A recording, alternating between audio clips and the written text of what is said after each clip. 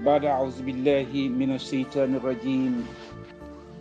بسم الله الرحمن الرحيم. الحمد لله رب العالمين الرحمن الرحيم مالك يوم الدين. إياك نعبد وإياك نستعين. اهدنا الصراط المستقيم صراط الذين أنعمت عليهم غير المغضوب عليهم ولا الضالين آمين. ثم الصلاة والسلام على أشرف الأنبياء وسيد المرسلين سيدنا محمد بن عبد الله صلى الله تعالى عليه وسلم وعلى آله وأصحابه وذريته ومن والاهم بإحسان إلى يوم الدين. أما بعد، أحييكم بتحية الإسلام. السلام عليكم ورحمة الله وبركاته.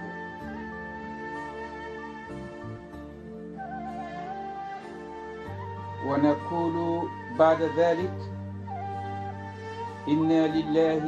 وإنا إليه راجعون. إنا لله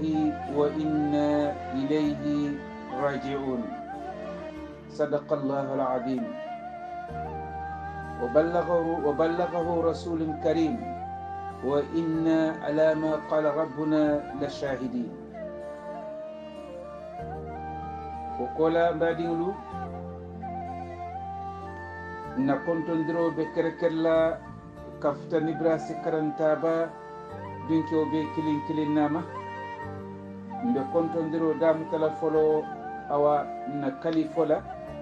mimmu mfandi mati awa nibrasi ibn ata illahi jabi na kontondiro be kerekella kafutate ma anin ala almamudu anala almamu mimmun koto kewti a sheikh alhaji bakay jabi wonala naibo a sheikh alhaji boubacar jabi o fanannala naibo alhaji ibrahima jabi mimɓe lonnin ko sariyan ani mimɓe lonnin ko dembo na kontondiroɓe kerekella kafute be kilinkilinama awa kabir washington amman tambiñinna nga samo min moy kunum awa walaya kendi kunum mantay mo soto kunum alaya ke mbamoyla wato minna o tuma wato dukundita awa mbe jam farin so kon la fanan awa walaya kendi mandunno ka sama kontondiro futandi na khalifoma anala juriya be kafonyo makata kabiri mibras tukata bla France darhanindi mbafala inna lillahi wa inna ilayhi raji'un. mbemu ala taliti mbe fanande murula katata alal kan subhanahu wa ta'ala woto nillati wayen soto nsi mune fono anin simin keno wolomo nsafo ali sabari mbe mune kela mbe sabaro doron ne taala kaba ala ya subhanahu wa ta'ala. Oton na sama kontrolo be kere kella kafuta bandi mama anin ala koro be kafo nyoma liberasi kono anin mil be liberasi e bantala awa ka kontondiro futandintul faaluma Washington kono jang nin liberasi din femfendi nin bi jang na sama kontondiro futala bema bari mbe sama kontondiro kerekella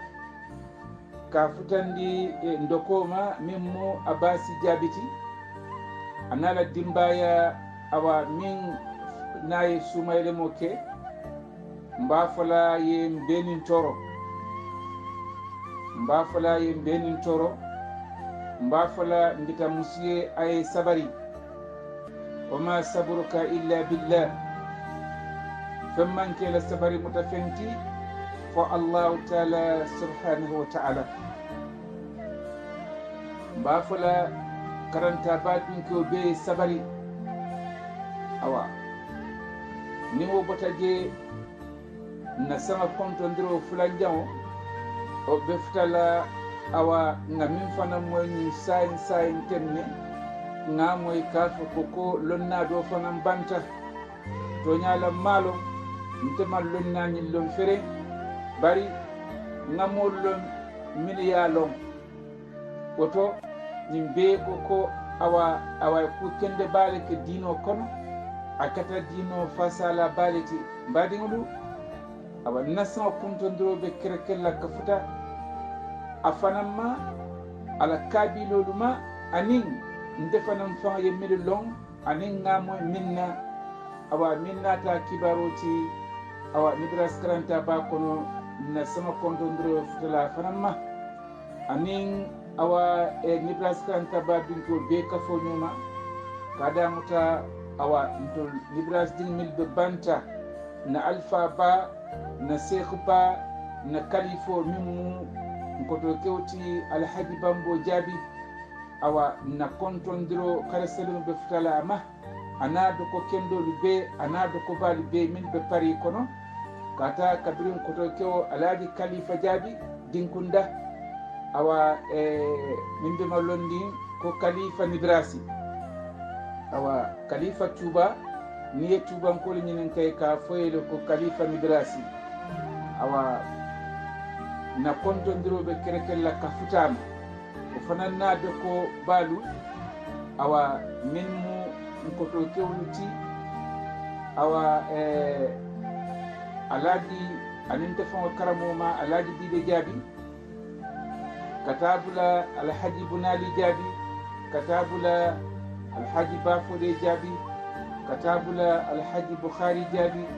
katabula alhaji muhammadu maño jaabi anin na dinkunda alhaji khalifa jaabi min mum to ladinkundan kooti awa khalifa fulale bi je domum kotoleti domum diŋoleti awa na kontondiroɓe kerekella ka futan koto ke bama min mu awa alhaji moustapha jaabiti anin alhaji majidu jaabi na kontondiroɓe kerekella ka futanin bema awa na kontondiroɓe futala nibrasi ɗum be kilin nama awa ndokolu kono na kontondiroɓe kerekella ka futa bema mañina mbari musukallankewo min mu awa hayaratu jomba jaabiti na kontondiroɓe kerekella ka futama a mañinan ku fanal mañina ku na kontondiro keresenoɓe futalama anade ko be kafoñoma anin awa nkotol la dimbayalu min bije anin dokol la dimbayalu min bije na kontondiroɓe kerekella ka futay bema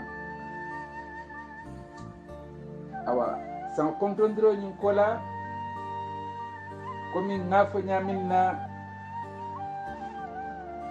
nibrasi karanta ba ñinan awa a kandita bake sanga danto min kata nibrasi karanta ba kono ñinan a kandita bake mbe ala danila subhanahu wa ta'ala awa a yajulo yon fandi doman ndin a telemu yenfa mansoti a telemu mansoti min ala jonlula wato bate manso min bulu mbadanila subhanahu wa ta'ala ay do kafu awa jonlu awa siyama a o man o soni yatate manso bulu subhanahu wa ta'ala saya min keta mbadanila ayen famandi sayawul ñoluma awa kabu nibras karanta ba fukata bla nibras karanta ba tan o kono awa mbadanila ay sijam bani jara kende di kilamantolla sallallahu ta'ala alayhi wa sallam surtout londal min lonna ba min be boka ñinan lonna jamale bota kabilo kono ñinan awa kilamanto kono ñinan kabo ibrahim kabo annabila musa lonnaba alfaba min mu alaji musa tureti pari ka damutola fokana bula awa minna samo danteta bi ha lonna jamal tata ñinande mbe aladan Allah subhanahu wa ta'ala wol josayo ayo soniyandi awa ngulu milituta ay sijambani jara kende a diwolla o mankolate mansobulu subhanahu wa ta'ala katun atelem mansoti manso min ko huwa alladhi khalaqa al-mauta wal hayata liyabluwakum ayyukum ahsanu amala atelem mansoti manso min ye saya dada nadana balwo funan dada min kammala fasi korosirke asi kisikisirke awa ntolu jonglu tema min be bara ñimma kelate manso e subhanahu wa ta'ala badinglu awa nin fodata non ni komo e sabari foye sabari kaŋale fayi min ba kendilaɓe sabarla foye wolle faye awa kabo min kitabillahi wa sunnatu rasulullahi sallallahu ta'ala alayhi wa sallam oto mbadiŋolu na min soto hadiso to bi awa laftanɓe kaccala wa hadisole la bi a sawatanu nga hadiso ñin awa fole nibira si karanta ba nimmangina lokum min tambita bari hanin bi ala kole subhanahu wa ta'ala fadhakkir in nafa'ati dhikra sayadhakkaru man yakhsha alu finkondiro ke aldammalu tema finkondiro mo nafalale mo mo nafannale mi yalon ko nte ala ñaslanga ba sonde mo kono woto awa hadiso ninga sayin kan sinya jama tanate miluma moy wolisa moy kuta meliya moy wolusi awa asikewol ye hakkili bulanditi hadiso la bari bin na kacca sabaro bundala laftambe jamfala kono domandin min kammala awa fonsi ke sabar lati alay anin kilayi sallallahu ta'ala alayhi wa sallam anin manso yenda min kamma mimma ate manso fama batoti azza wa jalla latu ala kole ko wama khalaqtul jinna wal insa illa liya'budun ako amantolu jinnolu ako jinnolu anintolu armadinlu amantol da fenfendinna fokati ala batu o bato kono ayñin lahidi awa ako nimmi yati allahu taala batu subhanahu wa ta'ala nimmi yati ala batu subhanahu wa ta'ala falahu aljanna aljanna bo mariye nimmi yati ala soso yati ala kuta subhanahu wa ta'ala falahu an-nar ako jahannam bo mariye fariqun fil janna wa fariqun fi sa'ir sa'ir mumunati wala mu jahannama dimbati awa duniya be sirin tenni awa fanan be talarin sidla fulati aye dolu so sijan bala amman dolu so sijan bala naman min so sijan la fanan amanke kafuku we kuta kule kati damun sola wala ya kendi ayaniyata hani ndiyatan faye ñawoñen din awa kolyenin sukuro ndiyata alale ka tambi mfangalu kam manso min ye awa ndulu da ala jonglu to jongdo bije asiwo se sijan bala nin kammala fabin bo sisiya jongdo bije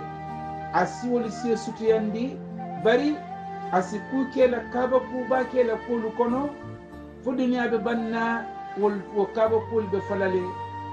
awa walla sato kola masala ke ba min faduta bi awa akata sababu ka tahwit ka arkana tafsir tanko akata wa sababu ko sabatin di Gambia kono o be satlate ko male foka duniya ballum min awa nin abotantul fongal la karola awa karamo ba tuba alayhi salatu radiyallahu anhu awa karamo ba la fato nin bitema hanin bi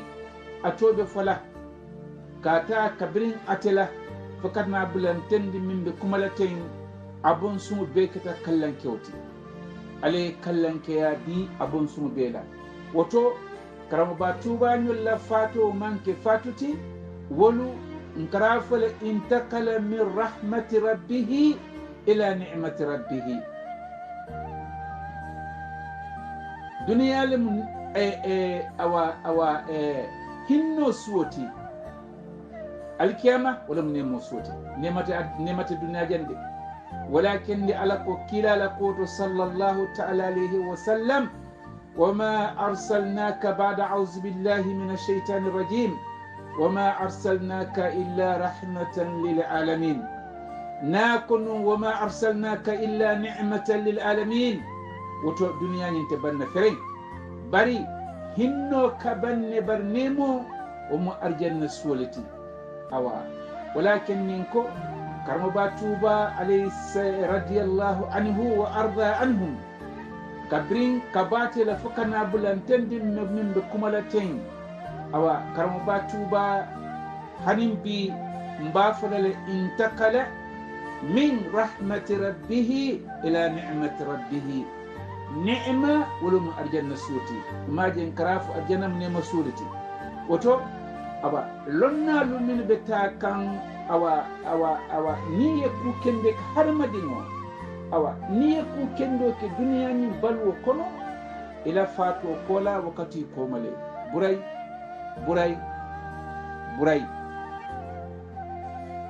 awa asiyata karmo batuba amarin bata noma a dinke bata noma ko karanta silimanka we karan kutubo soto wo karan kutubo jaka mo kilinte duwa kala ni ma fa ni karan kutubo barakoto wahbiyal wulta awa yeboral penye e ko komo kana kumo fo mbawle mbafalale muna kendi awa karan kutubo ya baro lek alayhi subhanahu wa ta'ala man kana lillahi kana Allahu lahu momo ni kata alayi ala be kelele woto ni jaka be la duwa kono ko ala nin karan kutubo barakoto Allah subhanahu wa ta'ala ayo abo kumo moylale abo duwa fanan jabilale aya kuwole ke wala ya kendi neo yafo awa hatta taqumu sa'a sayyidina abubakar ridwanullahi alayhi radiyallahu anhu awa alay sora mo jindile ala ko kammala awa soro la bandula ko awa sayyidina abubakar la poto awa tumo minna aye bilalu kamfurayandi awa kana kadi kilama sallallahu ta'ala alayhi wa sallam awa ay soro mum wojindi sayyidina abubakar la kola wo soro be karan kanne fokata duniya ballum minna ba'da a'udhu billahi minash shaitanir rajim wal layli idha yaghsha والنهار إذا تجلى وما خلق الذكر والأنثى إن سعيكم لشتى فأما من أعطى واتقى وصدق بالحسنى مرو أوا على فمال ينفو أبالا جمل جمون كنجان أكو فأما من أعطى واتقى أي سورو كي سورو be dan nasirin la aye bilal kan furayandi kabondi yan kato kono katun bilal kole katite man sabat la fo man somi yatada مما الله سبحانه وتعالى بقوله أحد أحد أحد. بلاد سنت سيدنا أبو بكر بلو حرفو نيني كان فروياندي أي على سوا فسوا بدان لا أكو وأما من أعطى واتقى وصدق بالحسنى فسنيسره لليسرى. فكتا بلا سورو لبندلا مبادم نادي نينفو لفتلي أوا من يالون كوي كا يجون جنسن والحقو نكري كون أوا كران كتبون السيفا كمو كانوا البركو داني دوا كونو على دنيا لجوس جمون جن أكو سيدنا أبو بكر لكوت وصدق بالحسنى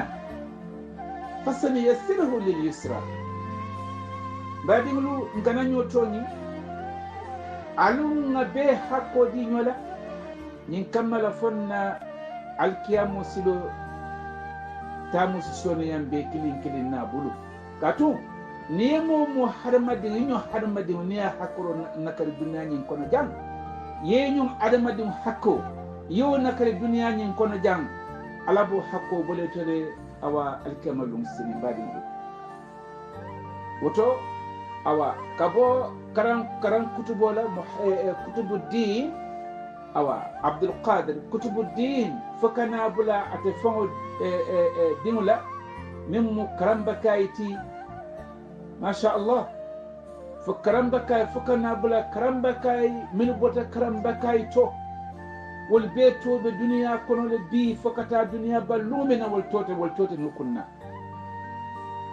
nin Amar ibn Manfuta ma ifanyulu ma bari awa fa kramba ka dingulu wal tobe tama kanne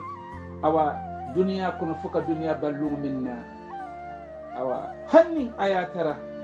laysu ala qaid al hayati iman tara duniya ballu ni kono bari yemin ke duniya kono ko be fuka ne fuka duniya ballu minna woto wal man bang ولو انتقلوا من رحمة ربهم إلى نعمة ربهم سبحانه وتعالى. بعدين لو على من بيبلا أو على لا جنسن سيفا والله كبو على لا إنه كنو نمو الدنيا سو نمتي كتا على لا نمو كنو نمو أو الجنة تي الكيام سوتي نمو الكيام سوتي الجنة دي الكيام سوتي كنو أو سبحانه وتعالى. man sakal be senaring abe kallan kiyaring ay korda min awa lahidi ala jongliye mbadin awa hadiso min bembulu mbe sela hadiso min kam bi na hadiso nyum fole lokun awa nimmangina lokun o lokun fulanyum koma na hadiso nyum fole awa ka sabandrike mibrasi karanta bala ka fulato min yen soto ni wato kono lagjato min musayati awa badin la awa saya kun kono badin lu hadiso ni amutata yahya lima shuhaybin bun sinanin hadiso ni mutata walima radiyallahu anhu alamu ala binyala awa شهيب ما ابن سنان قال ولكو أكو قال رسول الله صلى الله تعالى عليه وسلم أكو نبي موكو كيسوني نيمو بين نبي مما إمام مرسلين الله إمامو من مكلا محمد تي أفضل خلق الله دافع بيت في سمنت منتي أكو كو كاتي كو ajaban ako kawa kuba felenti li amri mu'minin mumune wala poto ako kawa ku felenti mumune wala poto mbadi inna amrahu kullahu lahu khair ako mumuna wala ko mumuna waye ala ko be ka fonyo ma balo kono abe mu khayro droneti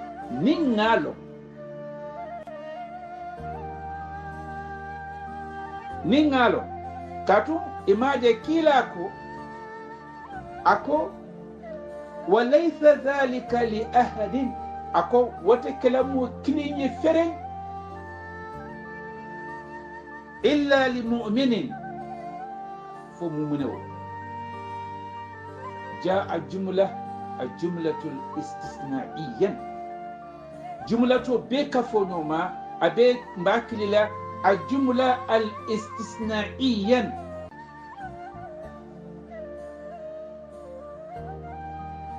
كلاكو صلى الله عليه وسلم أكو كابكو وو وتكلم وكلي يفهم منه أكو على كو بي kafo nyoma la balu be kuo kuna ya soto abe mate kairolit bari ay tefatambo kijan walakin min ko jumla hadhihi jumla fi nahwu jumlatu istisnaiya nin ko jumla kumo bele kafo noma awa arab kan kono wala mu jumlatul istisnaiyan ako walaysa dhalika ako wo manke li ahadi mo kili yedi ate kalam mo be yedi illa imaji laysa natakumo dam toto fil wasat al kalam jumla illa nataje mimmu al huruf al istisnaiya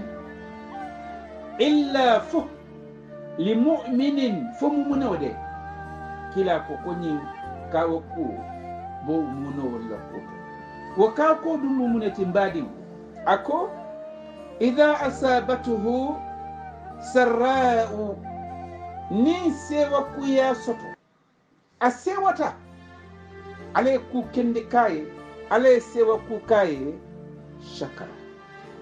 ay alate ni sewa ku katai ay alate فكان خيرا له أفله على خيركو أن تعالى تنتواكا وكتا خيركو باتي ممنون وإن أثابته دراء من كل ياكو ياسط ما سيبكو ياسط كاتو نينكو دراء كل كل مبير ولا كنا sabara kila koko mumuna wa sabarta fakana khairan lahu ala sabaru wa kan wa ku kalmu kan wa fanan kita ay kairot kila awa hadiso ni mutata telema nabi mummi yalon ko ma yantiku anil hawa in huwa illa wahyun yuha ilayhi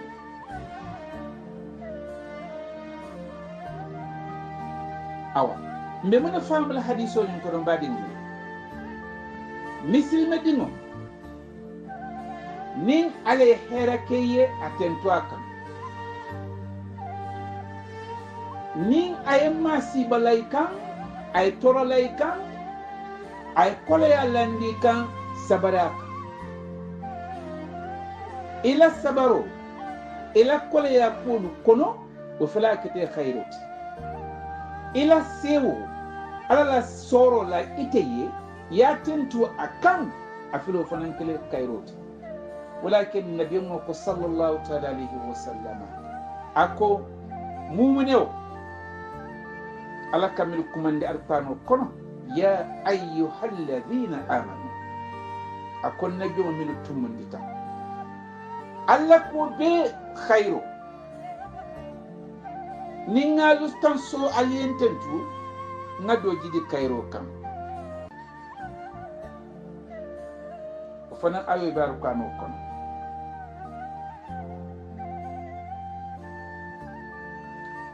ninga torolalu kan aluko inna lillahi wa inna ilayhi raji'un mbadiŋolu mbeŋa kata ke awa jama kañiŋ fo awa a foñayi bulu arabu kaŋota ka koleya bari ni te min fono la arabu kaŋoto mune muñinti arabu kaŋota kuto mune tintol la kaŋoto kaatu ni ma fo ku arabu kaŋoto awa hanin bi malaikolu meti la kuma kaŋa moyi ila communication no titan min no la kata alaya subhanahu wa ta'ala kaatu ye min fo imamoy wota fo mbeemu ala taaleti mbeɓe murula katata alale kan ɓeyolon ne nilama ɓeyalon ko ka fo ko i meta duniya ñin kono ko meta mani iɓe fata oto hani me fambatandi yaafo arabu kanto ou bien han lafɗo fon fon hanimo fon fundinni wimu kumoti a fo doron allahu akbaru mbiyemu ala taaleti mbeɓe murulate alale kan wala mu arkani ayo ñinti inna lillahi wa inna ilayhi raji'una mbiyemate ala taaleti mbeɓe murulate alale kan subhanahu wa ta'ala jumale hadis o ñim fila rawahu muslim le hadis o ñim fila mbadinde awa na kaccañin sababu bundala mbenala hadisa koten fala sayinten awa hadiso mi yalon ko a hinno warata bake bari hadiso ñin amman bo mola amman fo mola koto fo dafino beto fisimantewo hadiso ñin tambita ate fonin a dimmusolo tema a dimmuso min kanu dafino beti yañinin kay ko awa fatimatu zahra kila dimmuso diyata e bake a dimmuso min ko fatimatu zahra wo diyata e bake woto mbadiŋolu mbe awa audio ñin kela fulati ñin kammala fa download o so soniyano molu ɓuri ñaminna inchallahu